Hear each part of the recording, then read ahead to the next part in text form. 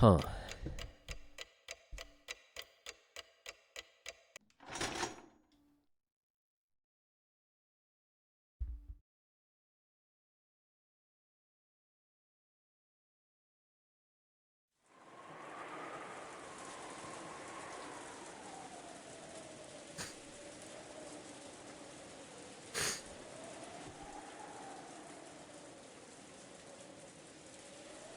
There would have been no way to tell that morning had come without opening a curtain and looking up at the cloudy sky, which had become a tiny bit lighter.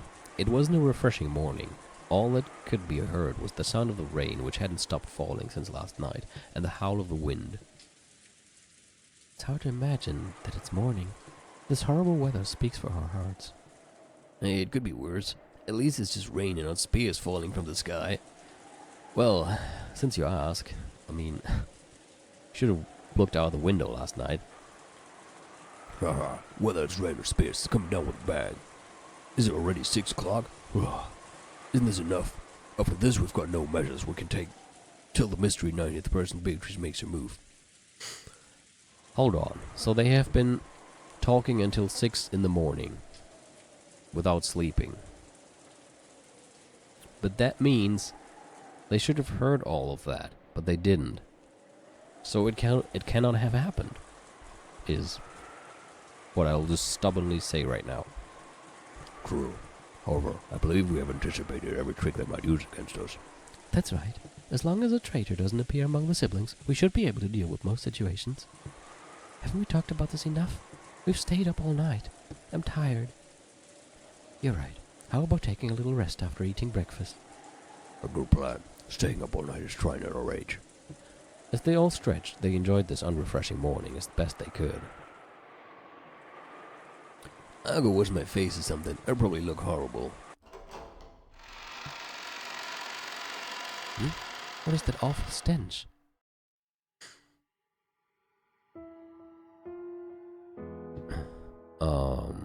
Maybe it's burnt Kinzo again? As soon as they exited into the corridor, Curia openly made a disgusted expression. What is it? Hey, don't you smell something awful? Where's the stench? I can't stand it. After hearing those complaints, everyone stuck their heads out into the corridor. The stench was faint, but once people started commenting on it, it was clearly noticeable. Each of them went into the corridor, relying on their own sense of smell to tell them where the strange odor was coming from. What in the world could it be? Let us have Genji deal with it. Yeah, Genji's dead. I believe he should already have arrived in the servant room to begin the morning preparations. Indeed, please do. At the very least, it's difficult to imagine Gouda making breakfast that would cause such an odor. Rudolph and the others searched for the source of the smell and determined that it was coming from underground, from the boiler room. What, is he there again? But the door was locked, and they couldn't check inside. At the same time, when Natsuhi's group was on its way to search for someone in the servant room, they noticed something strange near the parlor. What is this? What a horrible prank! Is it a magic circle again? Who would do something like this? Yep. On the door to the parlor, drawn in a paint that looked like blood, was a strange thing that looked like a magic circle, because it was one. There's no one in the kitchen yet. What is that? Aoife's group, who thought the smell might be coming from the kitchen, had returned after confirming that no one was there and that preparations for breakfast had not yet begun. Then they noticed the change to the parlor. It's useless. The boiler room's locked. Wouldn't that be bad if something went wrong with the boiler? Has anyone spotted a servant? It's one of those vulgar scribbles here too. There was another one on the door to the boiler room. What's that? This creepy scribble isn't just here, but it's in the other places too. You don't think this is the witch that forged Beatrice's declaration of war, do you? Hideyoshi tried to make fun of it, but staring at this creepy magic circle while listening to the wind and rain really made it seem like a message from a witch. The dripping bright red paint made one think of blood, which made it even creepier. Hideyoshi tried to open the door, but it had been locked. Of course it had. As a general rule, the parlor wasn't locked. Someone had gone out of their way to lock it. What does this mean? Could it be that while we were talking in the dining hall, someone secretly left the scribble on the doors to the parlor and the boiler room? I'm sure the servants are behind this. We were together the whole time. We all have alibis. They probably received some strange order from father and pulled this prank. And there's also the case yesterday with Maria-chan's letter. It's really easy to suspect that the servants are acting on Dad's orders and planning something. Anyway, where is everyone? They can't be playing hide and seek. Let's look for them. But before that, I'm worried about the children. They are safe, right? I'll go and check, and while I'm there, I'll see if there aren't any servants there. Then let's split up. While you go to the guest house to see how the brats are doing, we'll investigate inside the mansion.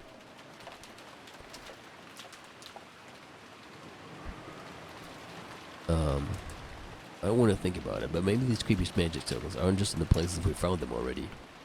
One might be wrapped up in some bizarre game of fathers. I will go to him and hear the situation. Yeah, good luck. Though I doubt he'll obediently listen to me. The adults split up. As a result, they confirmed that the 4 children were safe in the so-called cousin room on the 2nd floor of the guest house. They had apparently stayed up late last night playing Mortal Kombat. All of them were snoring loudly, so Rosa decided not to wake them. Furthermore, Nanjo, who had returned early the previous night to rest, was also safe. It seemed he believed in the phrase early to bed, early to rise, and had awoken refreshed. During that time, Kiria and Hideyoshi searched for the servants, but they didn't find them. The servant room, the guest house, was also empty.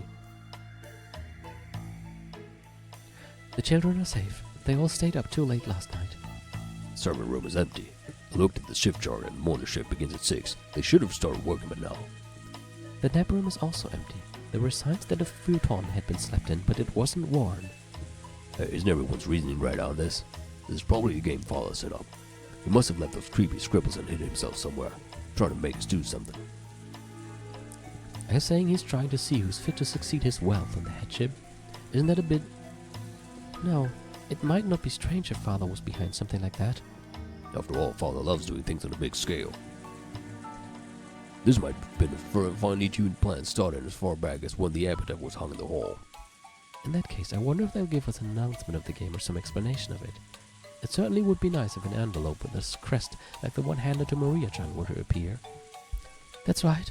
Maybe Nissan and the rest have found something like that in the mansion. Dr. Nanjo, have you heard anything about this? My apologies, I have no idea what is going on. And yet, yes, certainly, I could easily imagine Kenzo-san planning something on a big scale. Should we go back to the mansion for now? Maybe they found something over there.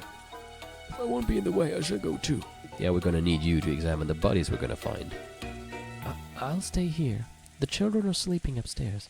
We don't know what's happening. We cannot leave them alone. That's right. I'll stay with Rosa-san and watch over the place. Would you tell that to my husband? Rosa and Kiria remained in the guest house. Hideyoshi went with Nanjo and returned again to the mansion.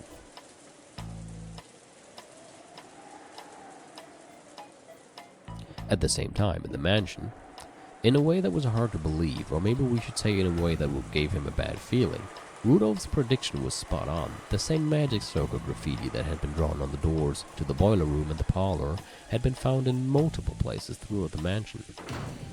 Aniki, how's Dad? Was no use. I received no response. I tried putting my ear against the door, but I couldn't sense anyone. There's no sign of any of the servants. Where in the world did they disappear to? This isn't funny. Father and the servants are hiding, and there are strange magic circles all over the mansion. What in the world is happening? There weren't only magic circles on the door to the boiler room and the door to the parlor.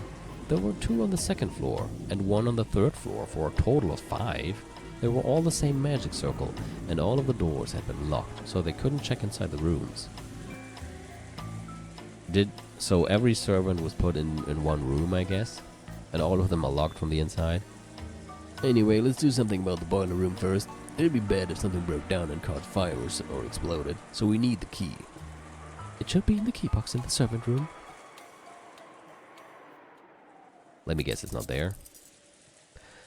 They fished through that key box, because each of the servants carried their master keys around. Those weren't kept here, or kept there. However, all of the individual keys should have been there. Can't believe they managed to fit so many keys in there. It isn't here. No matter how much we look, the key to the boiler room isn't here. Also, do you hear that? I can breathe through one of my nostrils. One is free.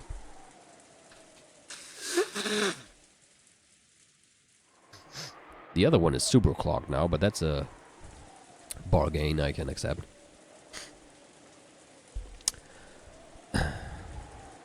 But okay, so the key to the boiler room isn't here. Let me guess, we're gonna find it in the boiler room after we break down the door.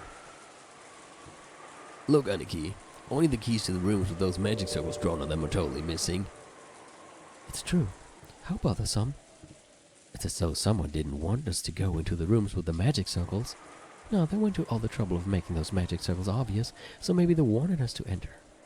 I think it's the latter. This isn't a movie, so breaking down the door is probably impossible. Smashing a window might do the trick, though. For a while, Klaus pondered over whether the situation really called for smashing a window. At that time, Hideyoshi and Nanjo returned. There was nothing strange in the guest house, and the children were safe. They told the others that Rosa and Kiria had stayed to watch over the place. Good morning. I heard that something strange has happened. Good morning, Dr. Nanjo. I apologize for waking you so early in the morning. What is it? Did you find a letter or something? I was sure you'd have found something like that, but no. You're right. I also believe this to be a massive joke of game of fathers. But if that's the case, there should be some letter telling us about it, like the letter that was given to Maria-chan. What if Maria-chan's letter actually was the announcement telling us that the game was on? The rules of the game try solving the riddle of the epitaph have already been made clear. Then what might the 5 magic circles we found in the mansion represent? And the missing servants. I'm just going to read this in my normal voice since I don't know who's talking. Natsuhine-san, how many servants were there today in total? Huh? Genji Goda. 5 of them, but why? So there are 5 servants. There are also 5 magic circles. It's probably a coincidence, but I don't like it. Nissan, let's break a window. We should check and see what's inside. We have no choice. Do it neatly. Klaus made his decision and gave permission to smash a window. True, it's nice that Klaus, Rudolph, and Kiria actually survived. That's a first. And he decided that the first room they would break into should be the parlor on the first floor, where the windows would be easiest to reach. The good thing is if they find a dead servant in there, they could probably take the master key of that servant and then unlock the other doors with that, so they don't have to smash every window. They had hoped to peek in through the window, but the curtains were down, so they couldn't see inside. Rudolph wandered around the garden, trying to find something that would be good for smashing the window. Eventually he found a rock bigger than a fist and came back. You don't have to smash the whole thing. Just open it enough so you can reach the lock. Don't get your hopes up, okay? Rudolph raised the rock and hit the glass with it several times. Eventually he succeeded in opening a hole big enough that he could unlock it from the outside. Covering his hand with a handkerchief, he stuck his hand through that hole and cautiously unlocked it. I hope he also protected his eyes. There's an aunt of mine who, I don't know the English term for it, but I don't know if people still do it, there was an old custom of Polterabend related to weddings, where you smash old plates and stuff. And somebody smashed a plate or a glass or something on the ground, and one of the little shards actually flew up into her eye, and she had to go to the hospital that night and get some eye surgery or something. So that must have been fun. I don't know, just reminded me of that when he smashed the glass.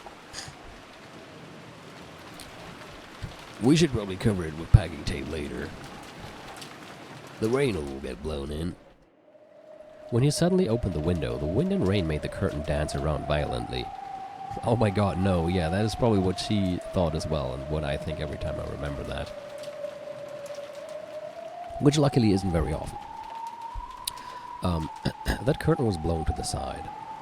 They could see into the parlor they knew well. They were a little relieved. They thought there might be another bizarre magic circle inside the room, or possibly the traces of some creepy ceremony. In any event, they didn't want to hang around out in the rain, so the 6 of them, Klaus, Natsuhi, Eva, Hideyoshi, Rudolph, and Nanjo, entered the parlor as a group. It seems that nothing in particular has changed. Uh-oh. What's wrong, Shannon? Wait, are you okay? What happened to you? Blood. Blood? Dr. Nanjo, take a look at this. Hey, Shannon-chan, are you okay? Answer me. You mustn't shake her. I will examine her condition now. Oh, okay, that was Nanjo. She had been in the shadow of the sofa, so they hadn't noticed her until they had entered the room. Shannon was lying on the floor, her chest stained bright red with blood. Okay. Have a nice, no, I was about to say evening, but I think it's not so late at your place yet, Justin. So have a nice day. Hey, Butler, where are you? Look, Shannon's corpse has turned up, see? I wouldn't bully you anymore, so come out. Huh? Oh, there you are. What are you doing clutching at your head in a place like that? Butler was crouching under the table, holding his head.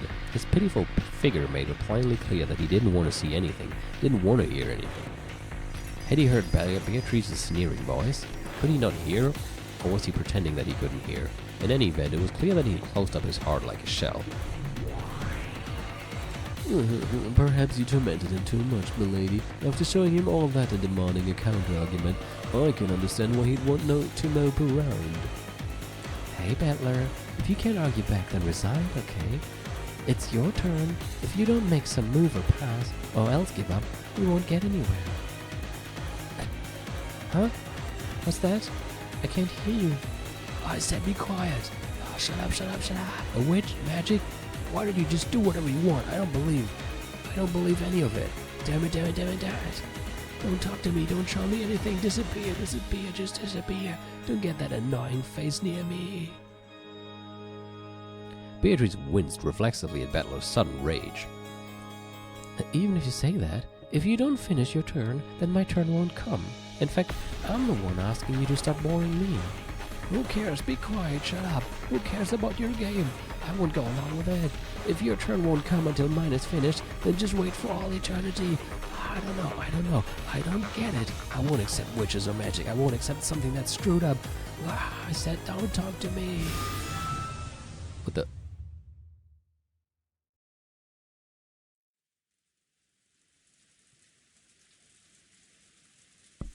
The hell was that? I don't know what's what anymore. After being shown something that screwed up, how could I resist? I wandered aimlessly through the rose garden. It was raining and windy, but that didn't mean my body got wet. There was just a feeling of isolation as I wandered amidst the wind and rain without an umbrella.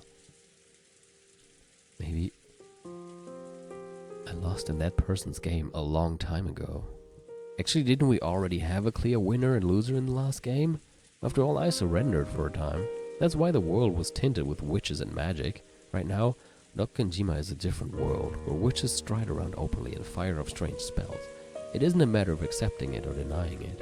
Maybe I mistakenly assumed that I was playing a game on an even footing with Beato. Maybe I was already defeated in the last game, and this is just the signing ceremony of my surrender. A minute ago, a terrible battle unfolded in this rose garden. I saw it with my own eyes. I kicked the ground. Obviously, the ground was hard, and water from a puddle splashed. Several towers had split this ground, sprouting like high-rise buildings. The more I kicked this ground, the more it felt like that couldn't possibly have happened. But for that very reason, I couldn't explain it with anything other than magic anymore. If it was a closed room with a key shut up inside, I'd know it was probably an extension of stuff you often see in detective novels. But that big flashy thing? Damn it. It seems my disciple has caused you much trouble. Huh? It's you. Someone suddenly spoke to me, so I turned around, and in the rose garden arbor was the predecessor of Beatrice, whom Beatrice had supposedly defeated a short while ago. What the hell? How can she be there? I was sure you died, so you survived? No, I did die. Now I am nothing more than a defeated chess piece loitering outside the chessboard. You're Beato's teacher, right? So in other words, you're a witch too. Yes, that is correct. So basically, that means witches really do exist, and the only one who can defeat her isn't me. That'd be you, since you can use awesome magic, right? I'm just useless now. There's nothing I can do anymore. Oh my, have you surrendered completely? What do you mean, surrender? How am I supposed to explain that? Towers sprouting and falling, huge giants holding shields and throwing spears? Just remembering it makes me feel like I'm going insane. We're way past the point of trying to reason this all out, aren't we? We've left the level of tricks and things that can be explained with human culprits. Oh, damn it. Calm yourself. I am nothing more than a piece on that child's game board. After being removed from that board, I am no longer a being capable of doing anything. But you are that child's opponent. As long as you do not give up on your own, you will always have the power to strike back. Shut up. Weren't you also reciting strange spells and summoning towers and spears? What do you mean, strike back? Are you saying you'll teach me magic too and make me take part in that massive magic battle? If you wish, I could teach you a bit about magic. Oh, just what I wanted. Please give me some awesome magic to smash through her chest in one blow. Don't screw with me.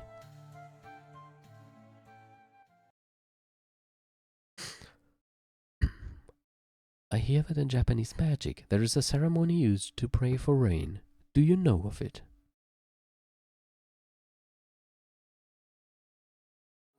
A rain ceremony? That thing where you throw stuff into a fire and dance as an offering? That's not magic. They say that the fire causes an updraft, which makes rain clouds gather. That's supposed to be an accepted scientific phenomenon. Oh, I believed it to be a form of Eastern magic. But is that not the case? I believe people offered sacred fire to the heavens, as well as a dance of respect, so that your entity for rain would reach the hearts of the gods. Maybe people did that long ago, but most occult things like that have a scientific explanation. Why do things burn? Isn't that because, how do you pronounce that? Phlogiston is contained in the material? Oh, that's what she said? Why do things burn? Isn't that because phlogiston is contained in the material? No, things burn because of a chemical reaction. Lavoisier, it kind of looks like a French name, abolished the phlogiston theory. Why does heat transfer through objects? Isn't that because caloric is contained in the material? I'm pretty sure that was abolished by Joule. Heat is energy, not a substance. You have studied well. Your knowledge is accurate. It's just some trivia. Phlogiston, caloric, and eventually ether and God's love all are powerless before a scientific explanation. In the past, I was told that an apple falling from a tree was thanks to God's love so that humans would be given food. So even gravity is the love of God. Well, that's probably the remnants from the period when religion rather than science was used to explain everything. That is correct. In the past, humans called the limits of their knowledge, no ignorance itself, magic. Like the rain ceremony we were just talking about. Did the people of ancient times realize that there was a scientific explanation that fire gave rise to heat to cause updrafts that summoned clouds? Even without understanding these things, they at least knew the result. That probably happened a lot. That stuff called knowledge of the ancestors. Even without understanding the reason, through long experience, they knew that they'd achieved results. Phenomena whose principles they didn't understand were probably the same as magic to them. Like this person just said, ancient people who didn't understand those principles probably believed that through the rain ceremony, their wishes would reach the heavens and make rain fall. To them, that was certainly magic, as long as they didn't understand updrafts. Kind of reminds me right now of the very interesting discussion that Junpei has with, why did I forget her name? The dancer, Lotus, about caveman examining a monitor that actually has a wireless connection to a computer elsewhere. The caveman think the monitor is what causes everything, when it's actually the computer that they cannot find. That was a quite interesting conversation there. Anyway, if you push an electrical switch, a light turns on. Children do not know the scientific principles behind why a light bulb lights up. They only know the result when they push the switch. If they obtain such a result without knowing the principles, does that make it magic to them? It's pretty interesting. Well, logically, that's true. For example, I don't have a clue why the brown tubes in the TV show a picture. Still, I think it's totally normal to see things shown on a TV. Even if I don't understand the principles behind brown tubes, I at least know that if I push the switch, I can watch TV. It's exactly the same as having a rain ceremony without understanding updrafts. In other words, if I don't know the principles, even TV is the same as magic. Or even magic itself, I guess. Do you know the structure of brown tubes? Have you ever taken one apart and looked inside? Nope. I think I read about it in a book or something once, but it was complicated and I didn't have a clue. I think that when electrons hit a fluorescent material, it creates luminescence or something like that. That book lied. Actually, there are small people called gremlins shut up inside the brown tubes. Yeah, I'm pretty sure that is not true. And they do their work with magic. Huh? Don't be stupid. There's no way that's true. How can you deny it if you have never looked inside a brown tube? I've never looked inside, but I can say for sure that small people like that definitely don't exist. Since there are no brown tubes here, that is impossible to prove.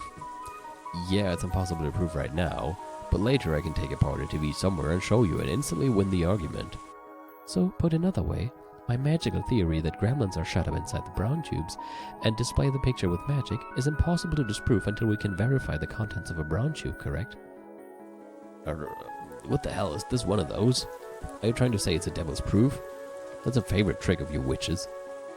A devil's proof is a bit of sophistry, one that takes advantage of the fact that negative facts are impossible to prove. However, it's different from my brown tubes metaphor that could be resolved simply by taking apart a single television. You're right. It isn't really a devil's proof. You have proposed a scientific theory and I have proposed a magical one. One of those is the truth. Keep hearing stuff again, but maybe it's just in the music. I guess so.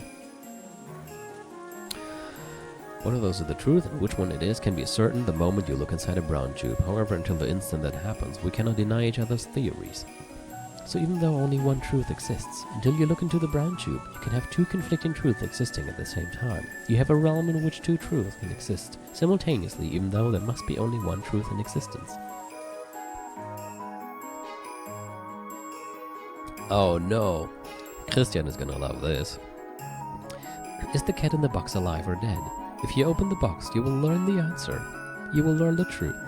However, until you open the box, you can claim that the cat is alive, and you can also claim that it is dead.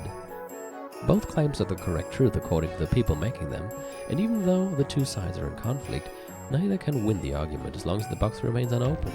In other words, two truths can exist at the same time, even though there can only be one cat in the box. It is packed with a living cat and a dead cat, forming a strange separate world. I knew it. That is what Rokkenjima is now. This island is now a different world where a scientific theory and a magical one can exist at the same time. To a resident of the world of science, such as yourself, at a glance it may feel as though this island had been sucked into a world of magic. That might not be wrong, but it is not accurate. Strictly speaking, it has been moved from the world of science to the gap between that world and the world of magic. So at a glance it appears to you as though the world is tilted towards the magical side. But in reality, this island is now in a perfectly impartial position with relation to those two opposing worlds. Yeah, there's zero escape from it. Just replying to something in the chat. I don't really get it. The gap between reality and magic? A perfectly impartial world? How is that? Hasn't pretty much everything that's happened been totally not in my favor? Then perhaps you could think of it this way. This is a trial. Think of it as a court where you and Beatrice are laying out opposing claims. Call it a brown tube trial. Your opponent claims that there are tiny people inside the brown tubes, explaining one thing after another, talking about the lives of these tiny people, what they look like, what type of magical power they have, and what do? Well, I study in a library and argue back by explaining how brown tubes are constructed. At this moment, both your claim and that child's claim exist in the court at the same time. If you find your opponent's claim convincing, it might sound like truth to you, it might look like truth to you. That is exactly what you saw. At this moment, unlock Kanjima, witches and magic certainly may exist as truth. However, until the moment that the cat's box is opened, that world is an uncertain wave function. The entire situation can be explained by both sides at the same time. However, there is one truth. That set of truth, strength with observation, and countless truths are weeded out to become one truth. It is like when in court, the judge hands down his judgment. The two truths from the prosecutors and the defense's claims are reduced in number by the judgment and become one. To say it in your words, this island right now is the world right before looking into a brown tube, right? Therefore, the science theory and the magic theory cannot be denied, and since they cannot be denied, both can exist as truth. Therefore, both witches and magic can exist. However, at the same time, your opinion of denial also exists as truth. It is a world where two conflicting things can exist at once, and it is a world where conflicting truths cannot disprove each other. Have you managed to understand? In other words, no matter how much awesome magic Beatrice shows me, it's only a claim of a magical theory and it doesn't disprove my position. So no matter what kind of magic Beatrice shows me in this world, it cannot become proof that magic exists. That's right. The child might even try to explain an apple falling from a tree with magic, perhaps by shaking her staff and magically plucking the apple, then claiming to be the thing that made it drop down to the earth. However, that would be nothing more than another claim. None of your opponent's claims can prevent you from making yours. In that sense, this world is quite impartial to both sides. I get it. Still, but that argument, if I show a sound argument with my science theory, and it collides head-on with her magic theory, I also can't win against her. On top of that, the final judgment won't come until we peek in the brown tube. Where is the brown tube in this world? Because if it exists, there should be no reason for us to argue. Why don't we just get along and peek into the brown tube? If there really is a tiny person in there, it's my complete loss. Otherwise, it's my victory. Why do we have to hold this debate without looking into the brown tube? That itself is the game you are being challenged to. Maybe instead of a chord, I should use chess as an example. There, victory and loss are not determined by a judge. You who fight will decide it yourselves. Can you win an argument with an opponent in a screwed-up world where multiple truths can exist at the same time? In actual fact, didn't you lose an argument and surrender like this? Huh.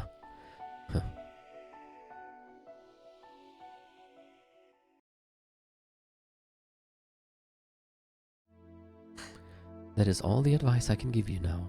If you wish, I can occasionally offer you counsel. Yeah, he's gonna need counsel for sure after all this. Maybe a different kind of counsel, but yeah.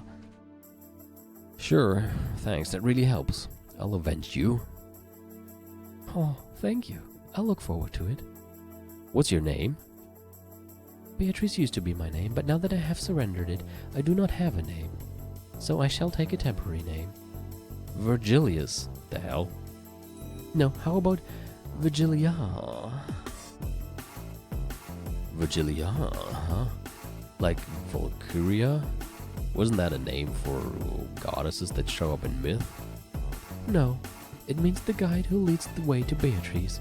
I will guide you to that child who waits at the summit of Mount Purgatory. It ought to be a fitting name for such a guide. Who would have guessed I'd accept help from a witch when I'm trying to deny witches? She's there now? There she is. Virgilia. A now retired Endless Witch and Beatrice's teacher, she used the Endless magic properly and devoted her life to the smiles and happiness of many people. She taught Beatrice the Endless magic, believing that Beatrice would also devote herself to the people, and retired.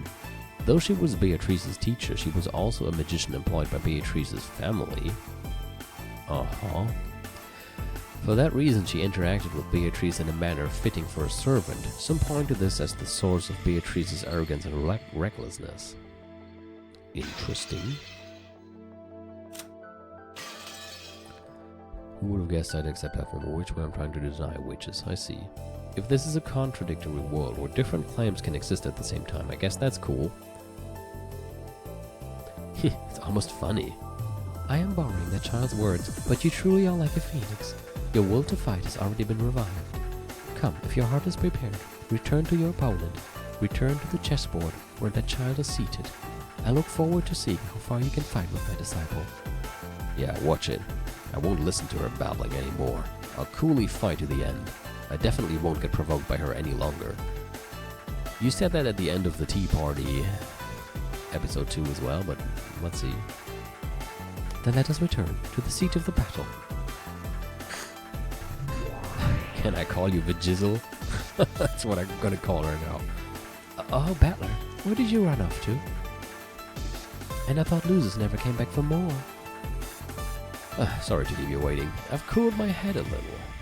And did you think of a response to that pleasant, thrilling, refreshing, highly acclaimed, wonderful fantasy battle between teacher and me? Isn't that impossible to explain without fantasy? Milady, didn't you just promise to be kind and act more gracefully? Oh no, I just got in such a good mood when I saw Battler's face, you see. Look, how are you gonna respond to that battle just now, Battler?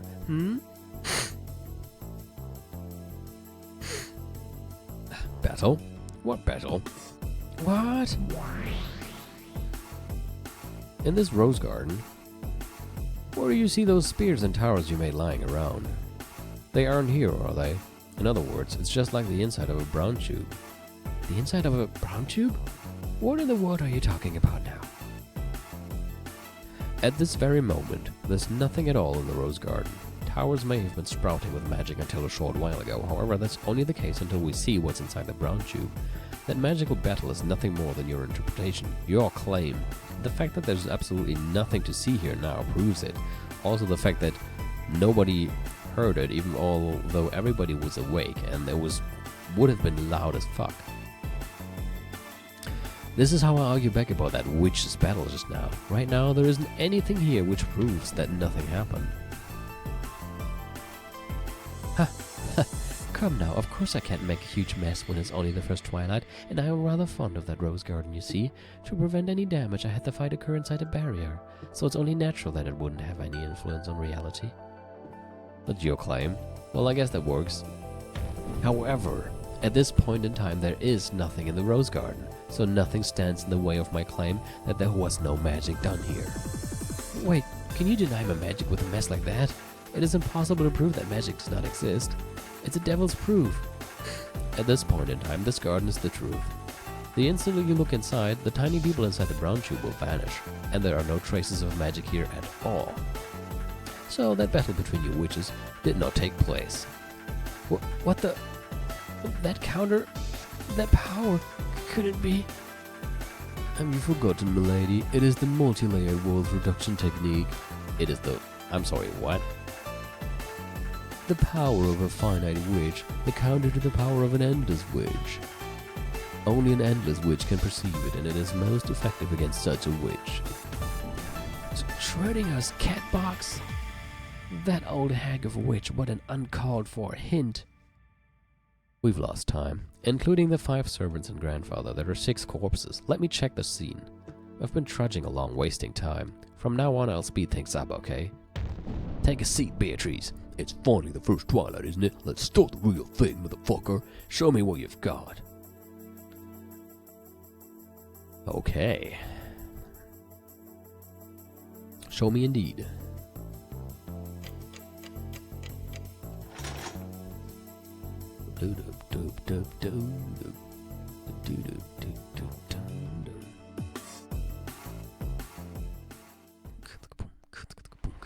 Sorry. Music was just too good.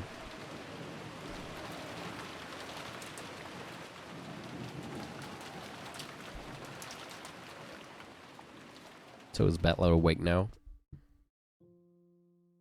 Forget what the adults expected. At least for us kids, these were supposed to be a fun couple of days where the cousins deepened their friendship. However, when we woke up, there was an unbelievably cruel reality waiting for us, especially for George.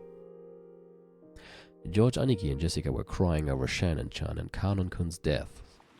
So both have been found. Right now, everyone who was alive had gathered in the lobby on the first floor of the guest house, and there were 12 people there. Unbelievable, right? There were 18 until yesterday, and in one night, a third of that number had lost their lives.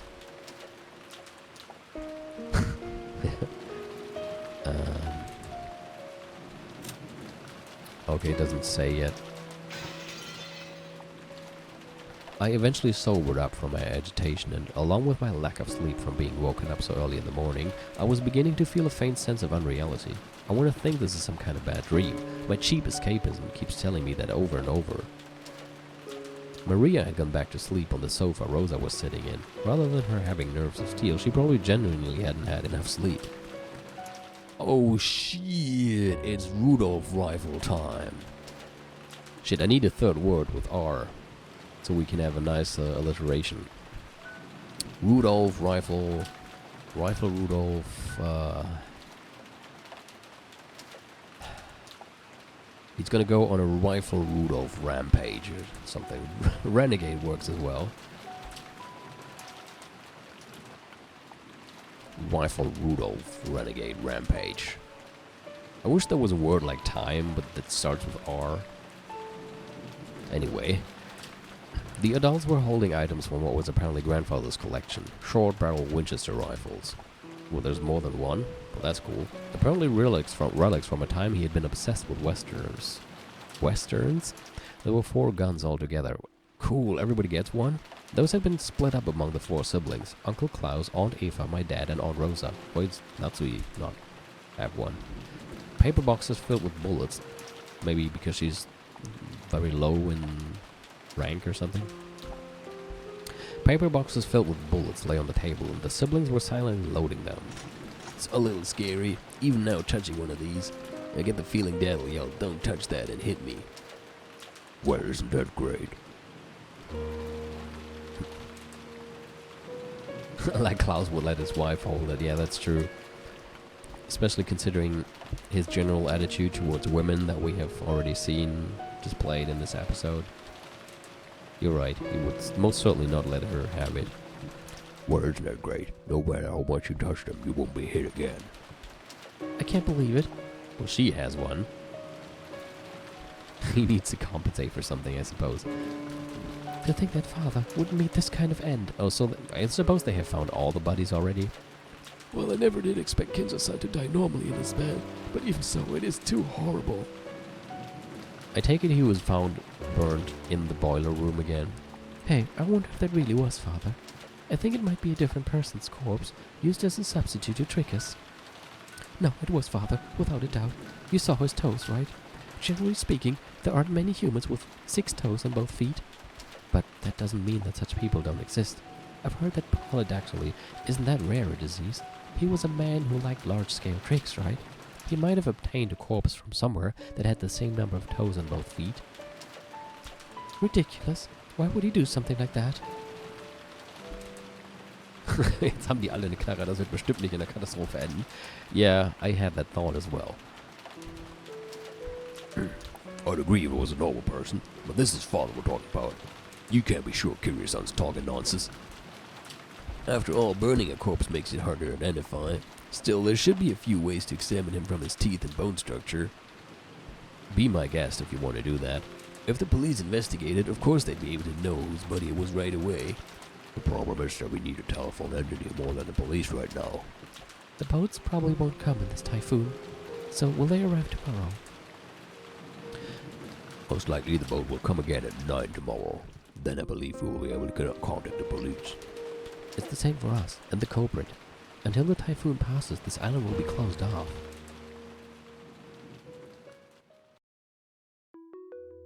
Indeed. Just from our parents' conversation, you could probably figure out the general gist, but let's explain the situation anyway. First, early that morning, in various places throughout the mansion, a total of 6 corpses, including grandfather and all the servants, had been found one after another. And I heard that sound. I'm gonna have the text explain it first. First, grandfather had been in the boiler room, completely burned. Because like looking it up right now kind of spoils already how they died, and I'd rather read it in the text first. The servants had died, each shut up in the rooms throughout the mansion that had magic circles drawn on them. The cause of death for the servants was uncertain, but according to Dr. Nanjo's diagnosis, there was a high likelihood that they had been stabbed by something like a spear, or possibly shot with a gun. That was why the adults had started arming themselves with Winchesters. And what made the situation even more chaotic was the fact that the telephones had become unusable. It was unknown if lightning had caused them to break down or if the culprit had broken them. At any rate, since contact with the outside world... Oh no, that's Danganronpa. Since contact with the outside had been cut off, we couldn't reach the police. So until the typhoon passes and the boat comes tomorrow morning, we'll have to protect ourselves.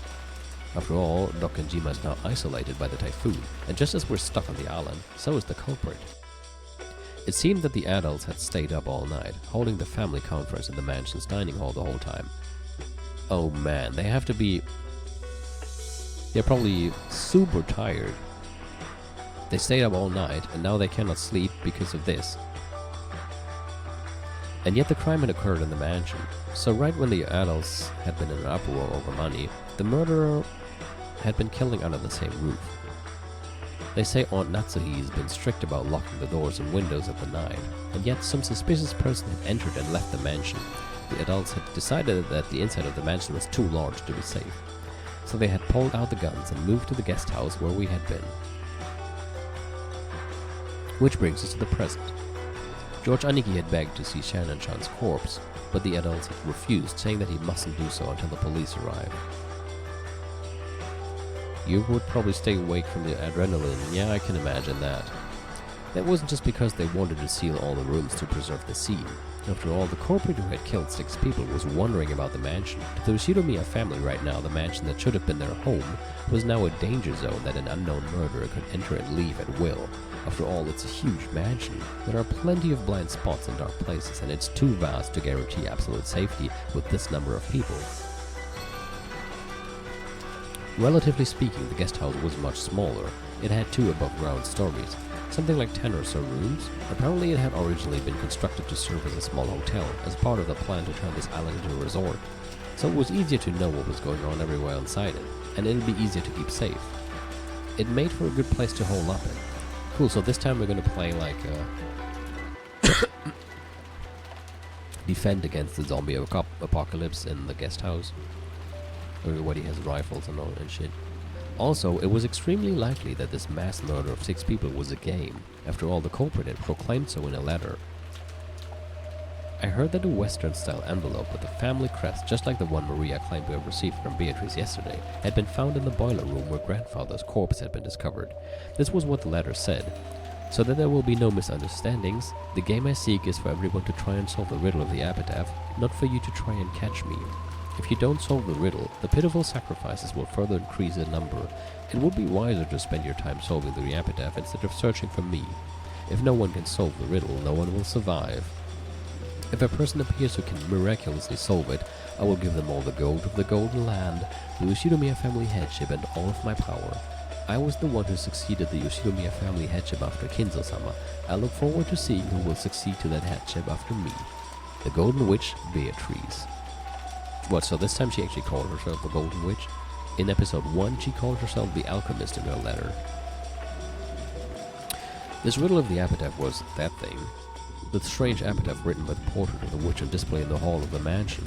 Grandfather was the one who had it written, and the person who solved it would supposedly be given the inheritance or the hidden gold or something like that. Ever since it was first put on display there several years ago, the relatives had secretly tried to solve that riddle, despite saying on the surface that the whole idea was silly. However, up until today, no one had solved it. We were once again being urged to solve that unintelligible riddle. This time we were faced with the threat that we'd all be killed if we didn't solve it. If that wasn't the game, what else could it be? The bold opinion that we should search the premises for the culprit did come up once. However, there was a good chance they were armed, and there might not be just one of them.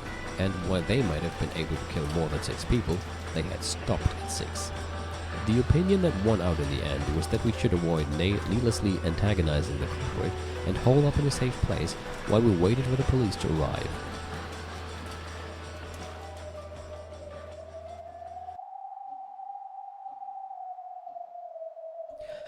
After the adults carefully checked that the doors and windows in the guest house were locked, they set up camp in the lobby. As they loaded their guns to distract themselves from the tension, their expressions showed that they were already fatigued from this long day, which had still barely begun. There was nothing for me to do. Now all I could do was be taught how to use a gun, to prepare for the off chance of something happening that led to an excess of guns. That's fine. Just obediently stay there, me and the rest of you. 6 people in the beginning again. And this time it's grandfather and all of the servants to put together. Most likely, The child has carefully studied your moves from the last game and has made an optimal move by taking the pieces you're most likely to suspect from the start. That makes sense. That was true both last time and the time before that. The servants who know everything about the mansion and who walk around with keys always fall into the most suspicious category of people. A good example in the last game would be Jessica's closed room. If I'd only accepted that a servant was the culprit, that wouldn't even have been a closed room.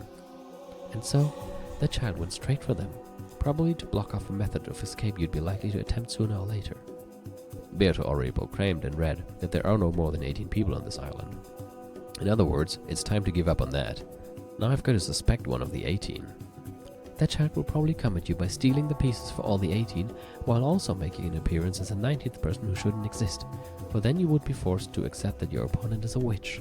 After all, now that the intimidation approach has failed, trying to force you to surrender by showing you magic, the only remaining option is a frontal attack. Perfect. Bluffing won't work anymore. Be careful. Deception is what witches are best at. No matter what your opponent says or shows you, it will not be able to threaten the truth that you believe in. Don't forget that. Oh yeah, I guess now is the time to read the entries.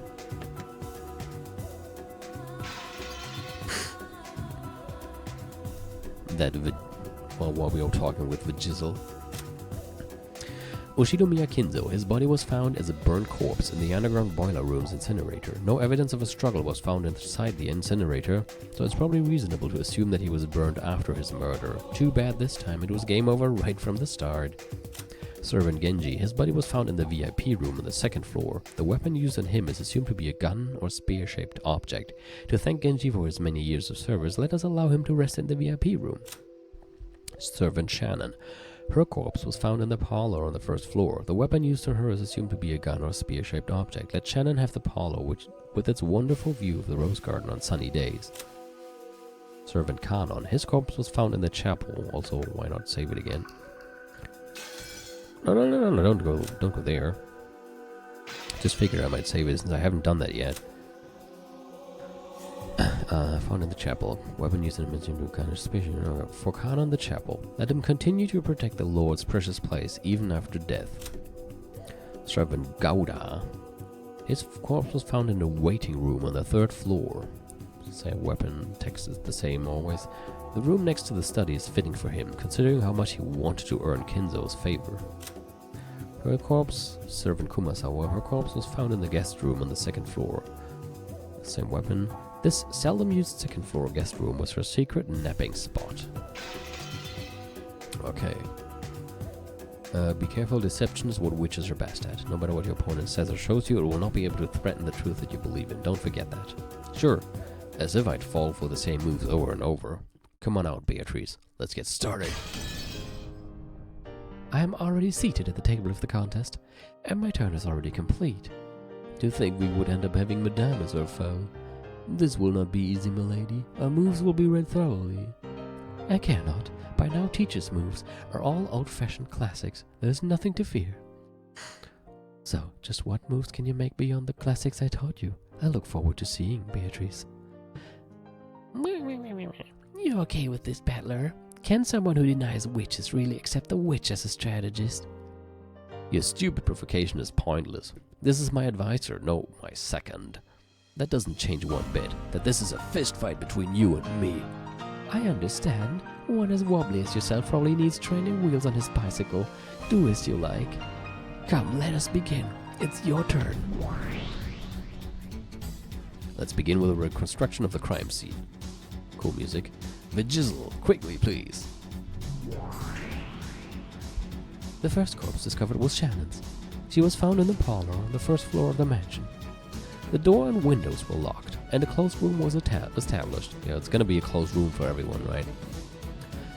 Beato, I need some details. Let's reconfirm the definition of a closed room. Indeed, the term closed room refers to a room where the inside and the outside are completely cut off from each other. Naturally, it will be impossible to even affect things across that boundary line, much less enter or escape across it. This includes an all-inclusive denial of the existence of hidden doors, as well as all possibility of intervention from the outside. Henceforth, this shall be referred to as Beatrice's closed room definition. Let's focus in a bit. How do you define all possibility of intervention from the outside? I refer to all types of direct intervention from the outside, such as using a fishing line or a long, thin rod. In conclusion, there are no gaps in the doors and windows through which such tricks will work. I wonder about that. Even if there wasn't a gap, you should be able to interfere with radio waves, like with a remote control, right? Very well. I will add to this definition that interference due to radio waves and related methods of remote control shall be impossible. There is also an extension telephone in the parlor. A device connected to that wouldn't count as remote control, right? The phones are already unusable, are they not? Unusable? However, I'll include that too. All direct and indirect methods of interfering with the inside of the closed room from the outside of the room are impossible. What about a voice or a knock? Those should be able to interfere from the outside without someone entering the room, right? Even though it's a closed room, it probably isn't impossible for someone to knock or call out. The closed room definition does not cover whether transmission of intent across the boundary is possible or not. In other words, you can't make it so your definition includes the blockage of all methods of communication with the outside. That is indeed the case. Understood. So Shannon Chun's parlor satisfies Beatrice's closed room definition, right? Correct. Closed room definition understood. Continue, Virgilia. Yes. Shannon's corpse was in possession of one master key. Of course. The relatives who discovered her collected this. Beata, repeat it. How many master keys this time? The same as last time. There are 5, 1 for each servant.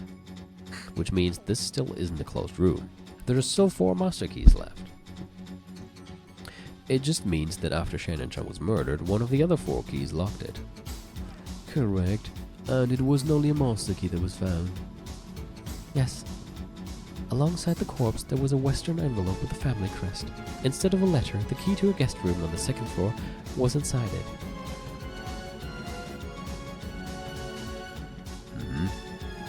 The key to a 2nd floor guest room. The only key other than the master key that can open the door to the 2nd floor guest room. Is that definition correct? Indeed, there's no problem. And unlike the master keys, only one of those exists. In other words, apart from the 5 master keys, there will be only one key that can unlock certain rooms. In other words, this is a message telling them to go to the 2nd floor guest room next. So the adults move to the 2nd floor guest room, right? Huh. But how did the killer know that they would enter the parlor first? Like, I imagine this is now going to be a series of rooms where every room has a key for the next room. But in order for that to work, you would need to know which room will be broken in first. You could of course assume that the parlor is the most likely candidate. But would it be enough for you to just, I don't know, to just hope that the most likely candidate will really be chosen? Or could this be a hint, like, who was suggested to break into the parlor? Maybe that is the culprit. Yes. The door to the 2nd floor guest room. Don't comment on that, of course. I'm just, like, saying my thoughts out loud. I know I keep repeating that you shouldn't comment on theories like that, but I just feel I cannot stress it enough, because I could also see how, as somebody in the chat, it might be easy to accidentally comment on it just because, like, I don't know, you feel like saying something. But yeah, whenever I theorize like that, I want it to be as commentless as possible. Anyway, the door to the 2nd floor guest room was locked and a magic circle was drawn on it. Oh, there's a hey in the music. I thought I heard voices again. The relatives unlocked it with the key they had found near Shannon's corpse. Inside, Kumasawa's corpse was discovered. It was a closed room, one that satisfied Beatrice's closed room definition. Kumasawa was in possession of one master key. The relatives collected this. And like in Shannon's case, there was a western envelope discovered alongside her. Inside was the key to the 3rd floor waiting room. See? As I said, for this to work, you need to somehow, like, motivate them to go to the correct room first, or else the whole order of keys will be kind of, destroyed. Inside was the key to the third floor room. The relatives moved to the third floor waiting room. So there was a magic circle on the door to the third floor waiting room, and that door was locked? Yes. Inside the room, Goda's corpse was discovered. Oh, unless it's a circle, I guess that's true. Is it? Damn it. So much for that. Inside that room, Goda's corpse was discovered. The room was a closed room and smelled like Gouda. On that one that satisfied Beatrice's closed room definition. Goda was in possession of one master key. The relatives collected this.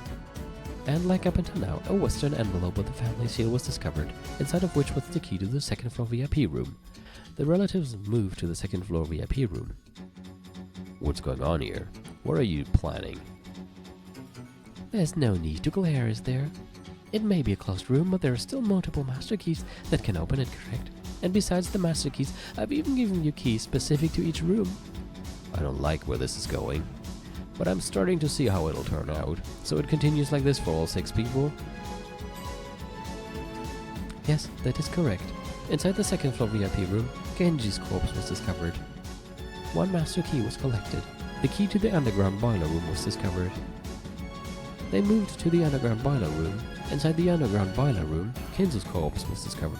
I'm just beginning to imagine the reaction the adults had to this. Like, every room they would be like, the fuck, another one! And they, with every room, they would be more scared to go to the next room. The key to the chapel was discovered. They moved to the chapel. Inside the chapel, Kanon's corpse was discovered. One master key was collected. The key to the first floor parlor was discovered. With this, a reconstruction of how all 6 corpses were discovered is complete. Oh shit, I guess that forms a circle then, doesn't it? So everything I just said goes out the window. An addendum, along with the key to the chapel, a letter was enclosed in the western envelope found near Kinzo's corpse. The contents of the letter were as you saw. It further urged the relatives to solve the riddle of the aRdW. In that case, what's going on? If the last place where Kanon-kun was had the key to the very first room, the parlor where Shannon-chan was, that makes 6 closed rooms all tied together, right? That is correct. The 6 closed rooms are all connected. The keys to unlock each one are all shut up inside the next room. In other words, the 6 closed rooms form one massive closed room. I guess that is a new trick. It's like the super closed room, the meta closed room. Closed room deluxe. And all of the master keys as well as the individual room keys are shut up inside it. Furthermore, all of the doors and windows on the 6 rooms are normal. No device exists which can lock them without a key, such as an auto lock. What do you think? It's beautiful, isn't it? Once again, milady, that is not dignified. When Renov rebuked her, Beato stuck her tongue at him without showing any signs of shame. Sorry. Playing with Battler just put me to such a good mood. So, Battler, what do you think of my move? If you can't think of anything in particular, I wouldn't mind showing you how I made the ghosts carry the corpses and seal all of the rooms with magic, okay? Do what you want. I'll listen respectfully to this magic theory that your claim is true. However, I can claim my human theory, even though it's completely different from yours without any interference from your claim. In other words, there's no need for me to pay attention to your bullshit. Go ahead and show me how you can lock the door with your multicolored magic simply by waving your magic staff, just like those guys with a toad. Sorry. Just like those guys with their toad oil and all-purpose kitchen knives. Vigilia, let's reconstruct the crime scene. Search for a weakness. Were they all definitely dead? If one of them is just plain dead, this isn't a closed room at all. Nanjo confirmed that all of them were dead. However, due to the devil's proof, it is impossible to deny the possibility of a wrong diagnosis. In other words, the child cannot make the likelihood that Nanjo overlooked them being alive equal to 0. Here it is, the devil's proof. But there exists a sword that can carve that up. What's up with them? Looks like they're having a good time leaving me out of the discussion. I'm his opponent, am I not? Doesn't he have any time to spare for me? Fundamentally speaking, communication with one's opponent is not necessary to the act of competing in chess. Every time you've communicated with him outside of making your moves, you've used that opportunity to confuse him. Perhaps this is the result of him not wanting to be led astray. For some reason, I don't like it.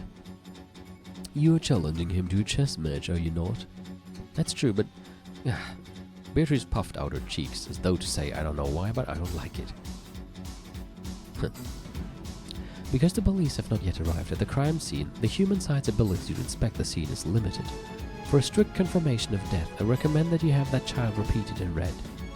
Okay, that's where I'll strike. Repeated. The 6 victims are all dead. Milady, he has told you to repeat something in red, has he not? Hey, enough lazing around. Do you refuse to repeat it? This is where our battle starts. What? Sorry, that's fine, I'll answer. These 6 are all dead. Kinzo, Genji, Shannon, Kanon, Goda, and Kumasawa. Why are you so out of it? Okay, so I've already got 1 out of you. We'll start by denying that classic trick where the victims are playing dead. I won't go easy on you anymore. Come at me how you like. I'll slice them slantwise one after another. Then repeat this. No one is hiding in any of the 6 rooms. Let's see you deny the existence of people we aren't aware of. I'll answer. There is no one hiding in the 6 rooms. Okay. Now I'm sure it's only the 6 of them in the can, and they aren't pretending to be dead. What will you do? What will you do? As if a human could manage anything by now. Obediently kneel to the fact that I can control locks at will with my wonderful magic, okay? Quit babbling. Repeat this too. I like how he just doesn't care. The 6 deaths were instant deaths. Instant death? Huh, what do you mean by that? It means there's a possibility that a single victim on the verge of death managed to escape into the room, and after locking it from the inside to create a closed room, they passed away. Yeah, that's what the thought I had as well. A classic closed room murder trick. One requiring a ring that the victim receive a fatal wound and then die later. It is possible for a closed room to be constructed unexpectedly if the victim holds up inside the room to escape the murderer and then dies after locking the door. In order to deny that possibility, you will need to proclaim that the 6 died instantly with the red truth. Very well, I'll slay you with my red treasured sword. The 6 died instantly. Oh, damn it. By died instantly, I mean the targets instantly became incapable of action after being attacked. Huh. Well, it might still have taken them several seconds or minutes to die in the complete sense of the word, but regardless, it was completely impossible for them to take any actions of their own will. Okay, so what if I tie something around a key and around my neck that will lock the door if I fall to the ground? Then it wouldn't have been an action by myself anymore. But that is pretty stupid. In that sense, I can confirm that they suffered instant death. Up until this point, I've just been checking for the classic tricks. Now is when our showdown over the closed rooms really starts, okay? If the culprit isn't on the inside, they're on the outside, so they somehow killed from outside the rooms. Have you lost your mind? After all, a closed room equals murder is impossible from the outside, right? That's why only a magical murder would be possible. No, that's wrong. The right approach is a murder really happened equals it isn't a closed room. No matter how much you try to trick me, this definitely isn't a closed room. It's a sham that only looks like one. However, Bettler-sama, only the victims are inside the rooms, and no other people exist inside the rooms. And by Milady's closed room definition, remote murders from outside the room have been clearly denied, have they not? Wait, the definition of remote murders is pretty broad, right? It's not just about pulling a fish line from outside the room and strangling the victim inside the room. For example, a trap would make for an excellent remote murder. A trap? Oh, and what might that be? Just as an example, let's say they were instructed to enter rooms that someone had picked out beforehand, and lock the doors from the inside to create the closed rooms themselves. A trap was set up in those rooms that they didn't know about, and that's what killed them. How is that? That doesn't contradict anything. There are no problems. It corresponds to the existing state. There are no problems on our side either. It does not conflict with Milady's closed room definition. What's with that stupid reasoning? Nothing suspicious was found in any of the rooms, right? What form did that trap have? Where was it hidden, and how did it operate? Explain it for all 6 of them in the parlor, the guest room, the waiting room, the VIP room, the boiler room, and the chapel. Well, you can't, can you? I refuse to counter that. There's no need for me to explain, and failing to do so doesn't damage my claim. Well, he's getting clever too, huh? What did you say? Beatrice, it's a devil's proof. The fact that he cannot explain the nature of a trap does not in itself deny the existence of such a trap. Well done, while overbearing a wonderful move. Yeah, this guy's getting completely used to this. Check. Due to murder trap acts that we couldn't find, it would be possible to establish this closed room murder. I'll kill the check with a red truth. The 6 were not killed by traps. And the definition of a trap? That's it. Something that activates when a victim triggers it on their own. Oh, and that's not all. It also includes things activated by remote control or by a timer. Damn it, I was just about to mention a timer. Everything of that sort. Someone refers to all arrangements that could carry out a murder without the direct participation of the one who planned it out. Perhaps we might sum it up that way. How is that? I've struck back. As if I'd let a human crush this closed room. You're looking pretty frantic to win too. What? What do you mean? You're frantically fighting to make me accept your existence. Until now I thought I was just being toyed around with by you one-sidedly. But that's not actually true. You're also frantically resisting my counters, fighting to show that you exist. Now, I finally really feel that it's true. This isn't torture inflicted on me over whether I'll surrender or not. This is a fight between you and me on an even footing. Okay, now it's starting to get interesting, isn't it? All 6 died in closed rooms, and no outsiders were inside. And there was no meddling from the outside, and also no traps. Up until now, I'd probably start suspecting that this had to be the work of magic. And if you decided to show off some bizarre magic at this moment, I might even have surrendered. It's that favorite strategy of yours. You intercept all my moves, and in the moment I've exhausted all options and fallen to my knees, when my heart's barriers are at their weakest, you show off some strange magic and take the game all at once. Natural temper is something this child has always had, along with a bad habit of rushing things when victory is in sight. Oh, that was, Vajizzle, sorry. After all, my lady cannot stand putting over a match. Hey, shut up. It's Battler's turn, right? I finished off that trap piece you advanced. What should I repeat next? Show me what you've got. Right. Now that even traps have been defeated, this looks like a perfect closed room murder at a glance. And that's why I'll spin the chessboard around right now. Here it comes, that special technique of yours. How exactly are you going to spin what around? Try showing me. Yeah, I'll show you. I don't need to think of how 6 people could be killed inside closed rooms from the outside. It's useless, it's all useless. That's right, the question isn't how you can kill from outside the rooms. The point is how they died inside the rooms, making them closed rooms. That's it, this is the answer. If you assume that one of the 6 victims was the culprit, this closed room can be explained extremely easily. What? Ridiculous. I believe I clearly said in red that the 6 of them were dead. Well, there were 6 deaths. 5 were victims who got killed, but if you assume that the other person committed suicide, you can destroy this closed room. Certainly, if the culprit locked themselves in the final closed room and threw away their own life, this closed room chain would be established. The suicide of the culprit. Normally it would be an unthinkable move, but the argument that the unthinkable cannot exist cannot be used. And he has no responsibility to demonstrate a motive. A truly powerful move, which can only be used in a chess match against a witch. Well, one cannot be certain that there was no motive. For example, it has been announced that Kinzo only had a short time left to live. Perhaps he did not regret losing his short remaining life and used his own death to send a message. It might be possible to attach such a motive. Milady, it is our turn. Indeed. To think you trample even the dignity of the dead to create a culprit. What a heartless, cold-blooded man. You're one to talk. I'll set up the dead as the culprit. This worse than inhuman move is one you used to attack Kanonkun in the last game. Even though the games are different, I'm taking a shot back at you with this move, as a tribute to Kanonkun for that time. Just now, I've freed that Kanonkun from his regrets. You have no responsibility to hold back here. You should try to confirm that suicide wasn't the cause of any of their death. I recommend that you have that chant repeated in red. Right. But suicide is a naive word that won't corner her. Beato, this'll stop you. Repeat it. The 6 deaths were all homicides. That is painful. Oh, I guess that was Renov. That is painful. Huh?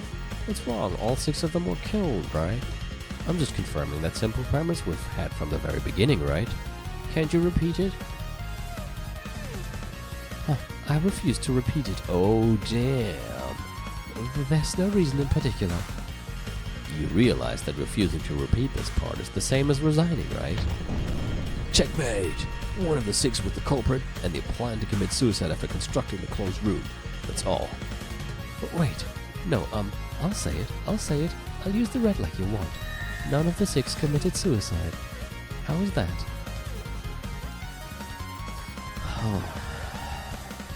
But why was she refusing earlier? Something about this must be cleverly worded. Are you satisfied? I've struck back. What the hell? So you can say it. But that's strange. Why are you so panicky? It's your imagination. This time even I'm feeling the pressure. It's not like I'm panicky, Baka. That's right, I don't have any leeway. Pay it no mind. The line you asked the child to repeat has been altered. Do not be fooled. Yeah, I was about to say, she didn't say the thing about homicide. One could have just died of old age. That would not be suicide. You know? Huh. I mean, it would be very, very nice timing. But it would not be suicide. And it would also not be homicide. If one killed all the others and then just died naturally. It seems not to have worked, milady. That's right. She didn't say the 6 deaths were all homicides. She changed it to none of the 6 committed suicide, which means one of them wasn't killed by someone else and didn't commit suicide. I've got it. This is the truth. Covert X, who was hiding among the 6, murdered the other 5 and then set up a closed room. After that, they planned to escape from or hide in that room by some method. However, they got in an accident. The culprit died from an accident that even they hadn't expected, setting up a closed room murder that even they hadn't desired. Okay, that's true, an accident works as well. Now it's over, Beatrice. Checkmate! Damn it! Did you think I'd be cornered by something like that? I'd never announce my resignation over something like that. I'll slice up the foolish checkmate with my red treasured sword over and over again. None of the 6 died in accidental. Munga? My apologies. We request some time to strategize. See, that was red. Please allow us a brief postponement on this matter. It's a fair request. Perhaps you should accept it. Sure, take a break. I've been given those a lot lately. Now it's your turn to take one. Thank you very much. Come, milady, this way. And let us quietly count to 100 inside our hands. Renov quickly covered Beato's mouth with his hand as she grew thoroughly panicked and agitated, suspending the game. He pulled Beato away, supposedly to hold a strategy conference. That's interesting. Damn, that demon butler. When Beato got all hot, I had a perfect chance to corner her. Beato normally acted like she was graceful and above it all, but she actually had a really short temper and got mad easily. Her usual intellect had less of a voice when she got excited. Renov certainly is thinking clearly.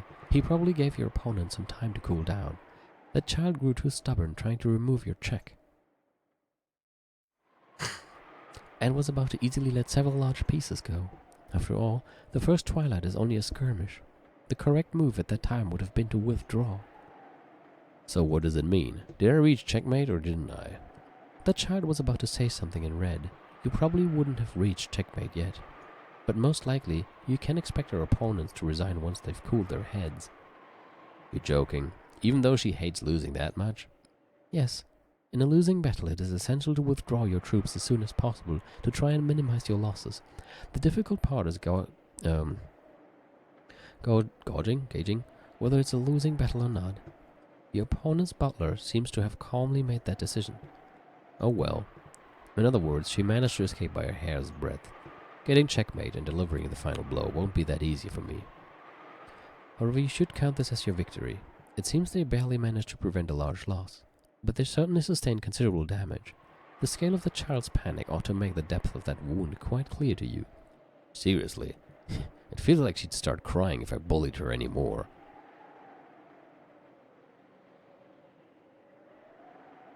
As we talked, Renova returned with Beato, who wore a meek expression. She didn't yet have her usual bold smile, but it looked like the blood wasn't rushing to her head anymore. Hey, it's your turn. Did you decide on your next move? I resign. For now, I will let you have your victory. Beato told me that frankly. It seemed she had taken a far-sighted view, as though saying if you want to laugh, then laugh. It was a bit of a killjoy, and I lost my desire to deliver the final blow.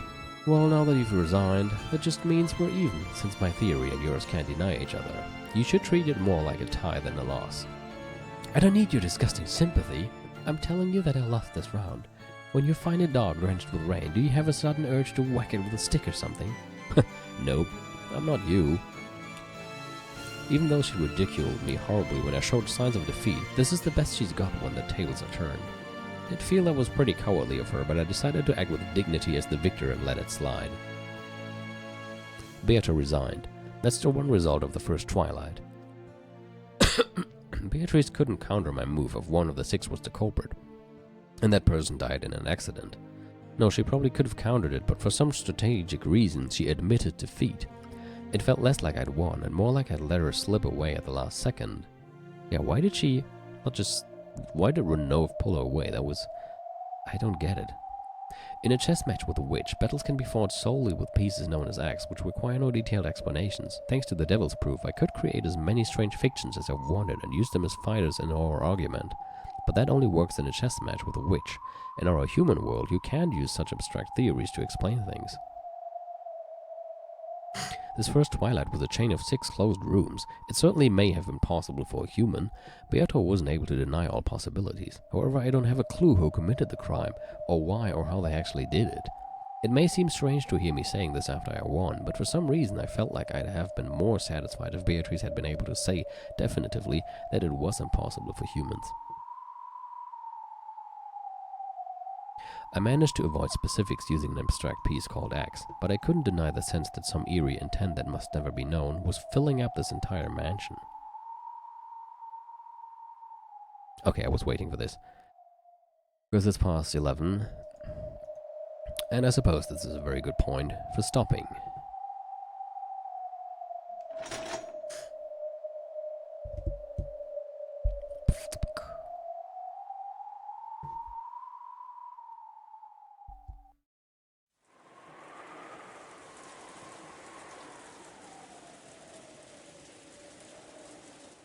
Alright.